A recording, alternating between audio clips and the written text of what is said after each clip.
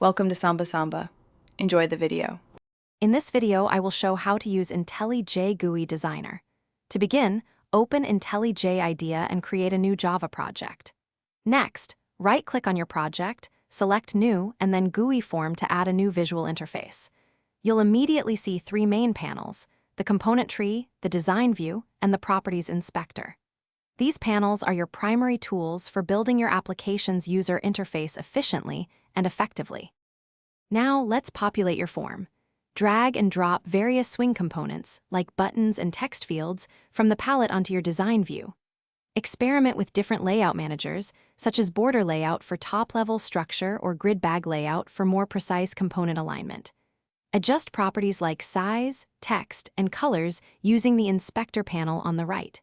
You can set a button's preferred width to 100 pixels, for example, ensuring a consistent look. Once your layout is complete, it's time to add interactivity.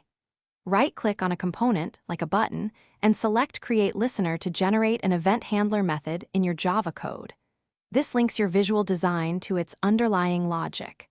For instance, you can write code to display a message in a text field when a button is clicked.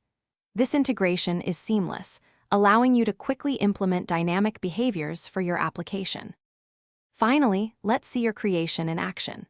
Compile and run your application directly from IntelliJ IDEA to test the user interface and its functionality. Pay close attention to how components render and respond to interactions. If you encounter any layout issues, revisit the design view and adjust properties.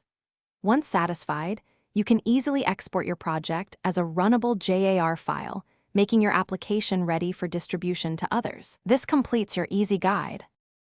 Thanks for watching. Consider subscribing if we helped you.